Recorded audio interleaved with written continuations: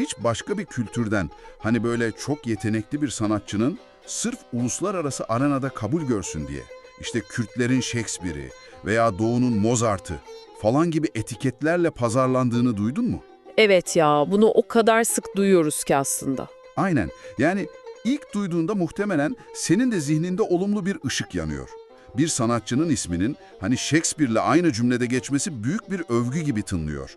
Kesinlikle çok gurur okşayıcı duruyor dışarıdan. Değil mi? Ama işte bugün masamızdaki kaynaklara derinlemesine daldığımızda bu görünüşte masum iltifatın aslında o sanatçının gerçek kimliğini tamamen silip süpüren, yapan, onu küresel bir vitrinde görünmez kılan son derece tehlikeli bir tuzak olabileceğini konuşacağız. Hı hı. Çünkü hani o ambalajın ne kadar parlak olduğuyla değil de içindeki özü nasıl değiştirdiğiyle ilgilenmemiz gerekiyor. Doğru. O Doğu'nun Mozart etiketi aslında o sanatçıya demek oluyor. Yani sen kendi başına yeterince değerli değilsin, ancak bizim tanıdığımız birine benzediğin sürece burada var olabilirsin demenin çok kibar, çok sinsi bir yolu.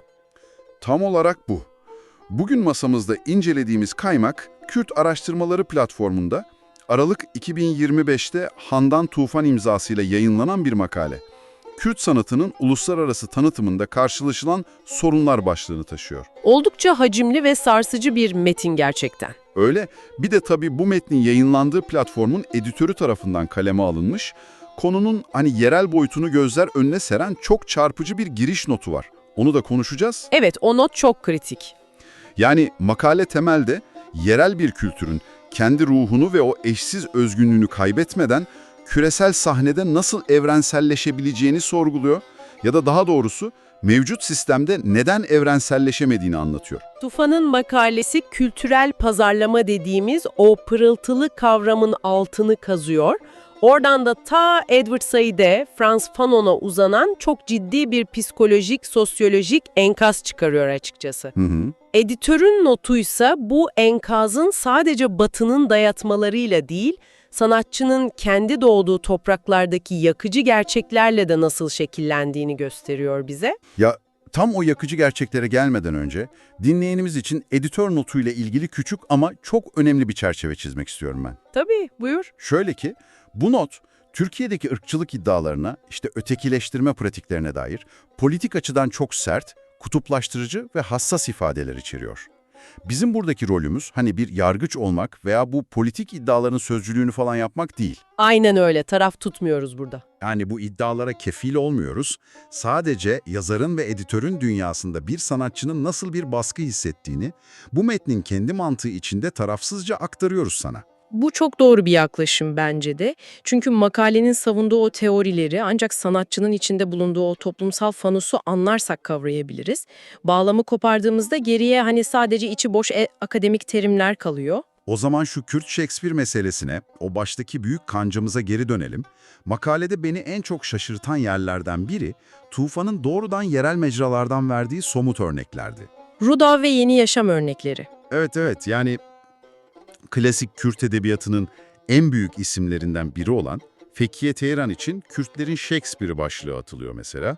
Veya bir başka haberde müzisyen Hamido, uluslararası kitleye tanıtılırken Kürt Viktor Jara deniyor. Açıkçası ilk okuduğumda içimden ne var bunda falan dedim. Yani pazarlama dediğin şey temelde bir çeviri işi değil midir zaten? Hedef kitleye bilmediği bir şeyi bildiği bir referansla satarsın. Bu sadece pragmatik bir köprü kurmak değil mi sence? Neden yazar bunu bir kimlik silinmesi olarak görüyor? Ya işte pazarlama açısından pragmatik göründüğü bir gerçek. Ona kimse itiraz etmiyor.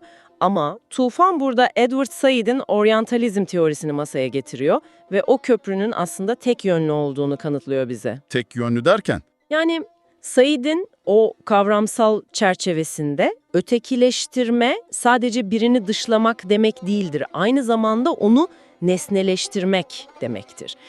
Batı, Doğu'yu kendi başına anlamlandırılabilecek bağımsız bir özne olarak kabul etmez hiçbir zaman. Anladım. Onu her zaman kendine yabancı, egzotik, hani böyle şekil verilmesi gereken bir ham madde olarak görür. Yani resmen diyor, senin kendi dinamiklerin, kendi tarihsel bağlamın falan benim umurumda değil. Seni ancak kendi kataloğumdaki bir çekmeceye sığdırabilirsem anlarım diyor, doğru mu? Aynen öyle diyor. Fekhiye Teyarı'nı kendi dönemi, kendi coğrafyası üzerinden anlatmak yerine ona bir Shakespeare kostümü giydirdiğinizde sanatçıyı o batının gölgesinde kalmış egzotik bir replikaya dönüştürüyorsunuz. O artık bağımsız bir yaratıcı değil. Sadece bir yansıma oluyor. Evet, batılı normların doğudaki sevimli bir yansıması falan haline geliyor.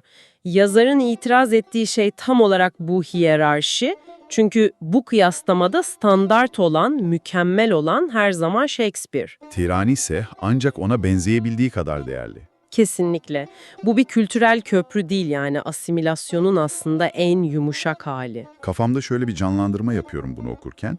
Hani bu sanki dağ köylerinde böyle yüzlerce yıldır çok gizli, çok özel otlarla demlenen yöresel bir içecek var diyelim. Bunun üzerine sırf Avrupa'daki marketlerde satsın diye gidip tanıdık kola etiketi yapıştırmaya benziyor. Çok iyi bir analoji. Yani evet, belki raf ömrü uzuyor, belki binlerce satıyor, kasaya para giriyor. Ama kimse o içeceğin gerçekten ne olduğunu, ardındaki o dağ köyünün hikayesini, toprağın kokusunu falan bilmiyor. Renginden dolayı herkes onu kola zannederek içiyor ve orijinal kimlik o market rafında tamamen buharlaşıyor. Gerçekten çok isabetli. Rafta yer buluyorsun ama kendin olarak değil. Peki bu etiketleme sadece Batı'nın veya dışarıdaki pazarın bir dayatması mı? İşte makale tam burada çok daha karanlık bir yere, sanatçının kendi iç dünyasına iniyor. Frantz Fanon'un Siyah Deri Beyaz Maske eserini hatırlayalım. Ya o kitap sömürgecilik sonrası psikolojinin en ağır metinlerinden biridir gerçekten. Öyledir, çok ağırdır. Fanon, sömürge altındaki veya ötekileştirilmiş toplumların sırf medeni sayılmak, insan yerine konmak veya işte küresel sistemde kabul görmek için egemen kültürün normlarını nasıl içselleştirdiğini anlatır. O beyaz maskeyi takarlar. Makaleye göre Kürt sanatçıların uluslararası arenada karşılaştıkları durum da tam bunun bir türevi. Eserlerini Batı'nın beklentilerine uyarlayarak sahnede yer bulmaya çalışmak, dışarıdan gelen bir baskıdan ziyade sanatçının içselleştirdiği bir aşağılık kompleksinin ya da çaresizliğin dışa vurumu olabiliyor. Bir saniye, burada sana ve makaleye biraz karşı çıkmak istiyorum ben. Tabii, dinliyorum. Diyelim ki ben Kürt bir yönetmenim. Bir film çektim ve bunu Cannes Film Festivali'ne, Berlin'e falan kabul ettirmek istiyorum. O jürinin ne tür bir sinema dilinden anladığını, hangi anlatı yapılarına ödül verdiğini çok iyi biliyorum. Filmimin kurgusunu, referanslarını onlara göre ayarlarsam, o beyaz maskeyi takarsam ve bu sayede filmim tüm dünyada izlenirse, ben oyunu kendi kurallarıyla oynamış ve kazanmış olmuyor muyum? Dünyaca tanınmak varken yerel kalıp kimsenin seni duymaması daha mı iyi yani? Neden bu kadar büyük bir varoluşsal kriz olarak kodluyoruz bunu? Çünkü kazandığını sandığın oyunun kuralları aslında senin zihnini yeniden programlıyor. Yazarın Antonio Gramsci ve kültürel hegemonya teorisine başvurduğu yer tam da senin sorduğun bu soruya cevap veriyor aslında. Nasıl bir cevap veriyor? Gramsci bize tahakkümün, yani hegemonyanın sadece askerle, polisle veya parayla kurulmadığını söyler. Asıl tehlikeli hegemonya, rızaya dayalı olan, kültürel olan hegemonyadır. Batı'nın değerleri, neyin iyi sanat, neyin evrensel hikaye olduğunu belirleme tekelini elinde tutar. Yani ben Cannes jürisinin kurallarına göre oynadığımı sanırken aslında o jüri benim neyi hayal edebileceğimi, kendi acımı veya sevincimi nasıl anlatmam gerektiğini bana dikte etmiş oluyor, öyle mi? İşte mekanizma tam olarak böyle çalışıyor. Kürt sanatçılar kendi hikayelerini, kendi kültürel travmalarını Batı'nın onayladığı referanslarla anlatmak zorunda hissettiklerinde o hegemonik sistemin gönüllü birer askeri haline geliyorlar. İnanılmaz. Kendi toplumsal meselelerini sırf Avrupa'daki veya Amerika'daki bir izleyici bunu anlamaz, ilgi çekici bulmaz diye otosansürden geçiriyorlar. Bu sadece bir pazar stratejisi değil yani. Ne peki yapışması? Bu gerçekten ürkütücü bir tablo. Dışarıdan bakıldığında hani parıltılı bir sahnede alkışlanıyorsun falan ama içten içe anlattığın hikayenin sana ait olmadığını, o devasa küresel makinenin içinde sadece egzotik bir sos olarak kullanıldığını biliyorsun. Aynen öyle. Peki ama bir sanatçıyı bu maskeyi takmaya iten şey sadece yurt dışındaki o büyük pazarın cazibesi mi? Bence resmi sadece batıya bakarak okursak çok eksik kalırız burada. Bu sanatçının evinden, doğduğu sokaklardan, o yerel dinamiklerden de bahsetmemiz gerekiyor. Kesinlikle. İşte kaynaklarımızı incelerken beni en çok çarpan yere makalenin başındaki o editör notuna geliyoruz şimdi. Evet, o editör notu meselenin neden sadece Kürt Shakespeare demekten ibaret olmadığını çok iyi gösteriyor. Altında yatan çok ağır bir toplumsal baskı var. Hı hı. Sanatçının neden dışarıda bir onay mekanizmasına bu kadar umutsuzca ihtiyaç duyduğunu anlamamızı sağlıyor o not. Metindeki o muazzam metafora girmek istiyorum izninle. Editör, Türkiye'deki ırkçılık iddialarını veya bu ötekileştirme halini bir şeye benzetiyor, fırıncılık sektörüne. Fırıncılık sektörü. Günlük hayatın en sıradan, hani böyle en sıcacık detayıyla en karanlık kavramı yan yana getirmek. Neden bu benzetmeyi kullanıyor sence? Ya çünkü diyor ki, ekmek fırınları gece gündüz çalışır, hiç durmazlar, fırın hep sıcaktır, günün her saati canlıdır, aktiftir ve o üretim bandından sürekli sıcak bir şeyler çıkar. Türkiye'deki ırkçılığın, ön yargıların doğasının da tam olarak böyle olduğunu iddia ediyor. Hiç uyumayan, 24 saat kesintisiz işleyen, sürekli yeni bir malzeme üreten akışkan bir sektör. Çok çarpıcı. Hatta metin hani ırkçılığın bir ekmek kapısı olduğunu söyleyecek kadar da keskinleşiyor bu noktada. Peki bu sürekli üretim halini, hani 24 saat çalışma durumunu metin nasıl somutlaştırıyor? Çünkü bu iddia altı doldurulması gereken bayağı ağır bir gözlem. Editör, fırından sıcağı sıcağına çıkan 2 tane güncel olaydan bahsediyor bize. Birincisi, bir Türkiye-Makedonya milli maçı sırasında Ahmetspor akdedilen kitlesel küfürler. İkincisi ise editörün milli burjuvazinin önde gelen figürlerinden biri olarak kodladığı, tanınmış bir ismin bir röportajda veya sohbette gülme efektleri eşliğinde Kürt kadınları hakkında anlattığı cinsiyetçi bir fıkra. Anlıyorum. Şimdi az önce o bahsettiğimiz tarafsızlık şerhimizi aklımızda tutarak bu iki örneğin sanatçının zihninde yarattığı iklime dönelim beraber. Düşünsene, bu metnin bize çizdiği ekosistemde nefret ve önyargı arada bir olan bir kaza falan değil, sistematik ve olağan bir rutin. Fırından her gün yeni bir ekmek çıkar gibi çıkıyor bunlar. Ve bu rutin sanatçının tam da üretmesi, beslenmesi gereken toprağı tamamen zehirliyor.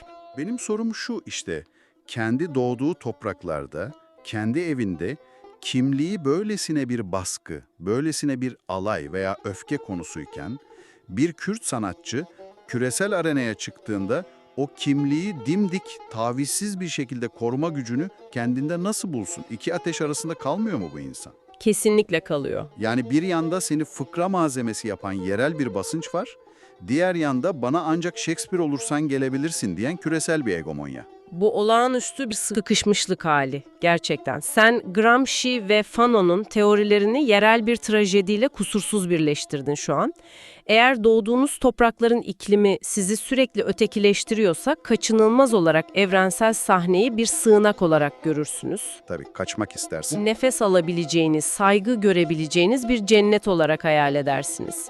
Ama o cennete vardığınızda kapıdaki güvenlik size o beyaz maskeyi uzatır ve hani der ki ancak bunu takarsan içeri girebilirsin. Ve sanatçı sıkışıp kalır. Sanatçı yereldeki dışlanmışlık ile o küresel asimilasyon duvarı arasında kelimenin tam anlamıyla ezilir gider. Peki tüm kaynaklar bizi bu umutsuzluk girdabına atıp orada öylece bırakıyor mu? Yani makalenin sunduğu bir çıkış yolu, bir umut ışığı falan yok mu? Olmaz olur mu? Kültürel kimliğimizi, o gerçek yöresel içeceğin daha kokan tadını kaybetmeden sadece kendimiz olarak evrenselleşmek hiç mi mümkün değil? İşte bugün o odaklanmak istediğimiz asıl çözüm noktasına geliyoruz sanırım. Kesinlikle bir çıkış yolu var. Yazar bu karanlık tablodan kurtulmak için rotayı bir an Afrika'ya kırıyor ve bizi Kenyalı efsanevi düşünür ve yazar Ngugi wa Thiong'o ile buluşturuyor. Evet, o çok önemli bir figür. Thiong'o'nun o kürkleşmiş eseri The Colonizing the Mind var ya, yani zihni sömürgeden kurtarmak. Thiong'o, Batı hegemonyasına karşı inanılmaz derecede net ve pratik bir direniş formülü sunuyor bize. Bu formül onlar gibi olmayla sınırlı değil. Asıl çözüm yerel kültürel kodları evrenselliğe ulaşmanın yegane yakıtı olarak kullanmaktan geçiyor. Bak bunu biraz açalım. Yerel kültürel kodları kullanarak evrensele ulaşmak pratikte ne anlama geliyor? Batılı bir izleyici tamamen yöresel bir dili, bir esprili nasıl anlayacak ki? Tiongo'nun itiraz ettiği şey anlaşılmak için kendi dilinden vazgeçme çabası zaten. Batı'nın beklentilerini karşılamak, onların o estetik normlarına şirin görünmek evrensellik değildir diyor. O teslimiyettir. Tiongo diyor ki evrenselliğe giden o gerçek yol kendi yerel kültürel kodlarını en saf, en tavizsiz haliyle kullanmaktan geçer. Yani özgün anlatıları güçlendirmek mi? Aynen öyle. Özgün anlatıları güçlendirmek, Batı pazarında yerel kimliği korumanın ilk adımıdır. Bir Kürt sanatçının kendi yöresel bir deyişini Batılı bir kulak anlasın diye İngiliz bir deyime çevirmemesi, onu olduğu gibi o çiğliği ve doğallığıyla bırakmasıdır. Seyirciyi bir nevi kendi evrenine davet etmesi. Evet, seyirciyi, okuru veya dinleyiciyi kendi evrenine davet etmesi, hatta bunu anlamaya zorlamasıdır. Biliyor musun, ben bunu Parazit filmine benzetiyorum. Çok doğru bir örnek, evet. Film Güney Kore'nin o kadar spesifik, o kadar yerel bir sosyolojik kodunu anlatıyordu ki karakterlerin yediği o noodle'lardan oturdukları yarı bodrum katlarına kadar her şey %100 Kore'ydi. Hollywood standartlarına uyarlanmış hiçbir tarafı yoktu filmin. Asla yoktu. Ama tam da bu radikal özgürlüğü, bu tavizsiz yerelliği yüzünden dünyadaki herkes o filmde kendi sınıf çatışmasını gördü ve adamlar Oscar aldı. Çok haklısın. Yani paradoks şu aslında. Tüm dünyaya ulaşmak istiyorsan dünyanın geneline benzemeye falan çalışmamalısın. Tam tersine inatla ve cesurca kendi köklerine inmelisin. Yani ben kült Shakespeare değilim, ben Fekike Teyran'ım, anlattığım acı da senin estetik kalıplarına sığmaz diyebilmek bütün mesele. Parazit filmi örneği, yazarın metinde anlatmak istediği o özgün anlatıların güçlendirilmesi hedefini o kadar iyi özetliyor ki, eğer Kürt sanatçılar pazarın dayattığı bu dar etiketleme tuzağına düşmezse, kendi dillerini, kendi mitolojilerini, estetik tercihlerini sanatın merkezine oturturlarsa, aslında sadece kendi kimliklerini korumakla kalmazlar. Evrensel sanatı da zenginleştirirler. Tam da bu. Aynı zamanda evrensel sanatı zenginleştirirler.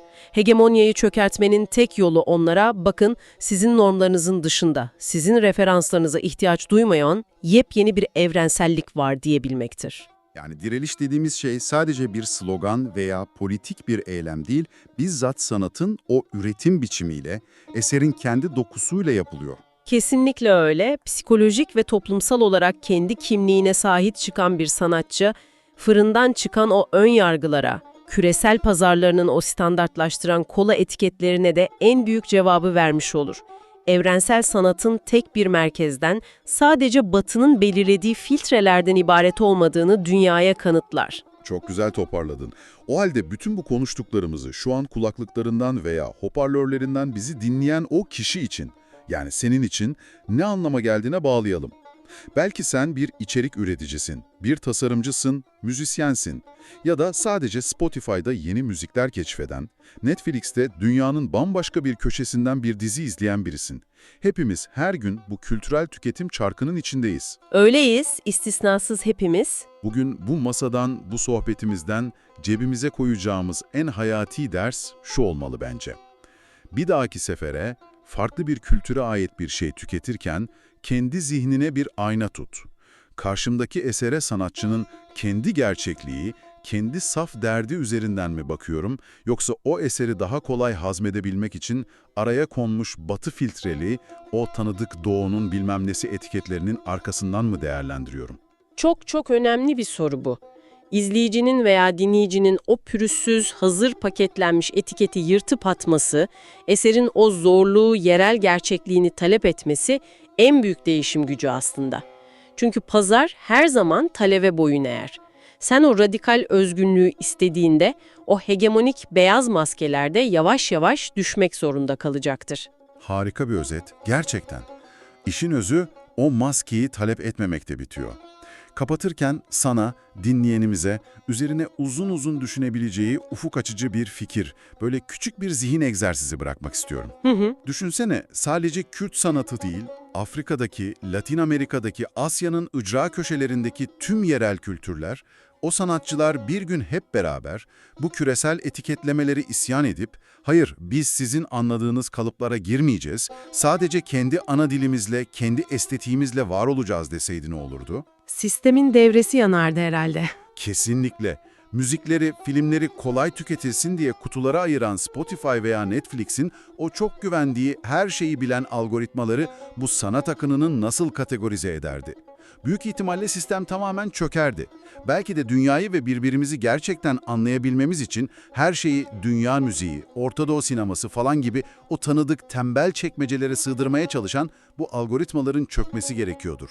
Çok haklısın. Belki de sanatı kategorize edilemez, o filtresiz ve ham haliyle dinlemeyi yeniden öğrenmeliyiz. Bunu bir düşün. Bir sonraki derinlemesini incelememizde görüşmek üzere. Peki o saf sesi duymaya çalışmaktan vazgeçmeyin.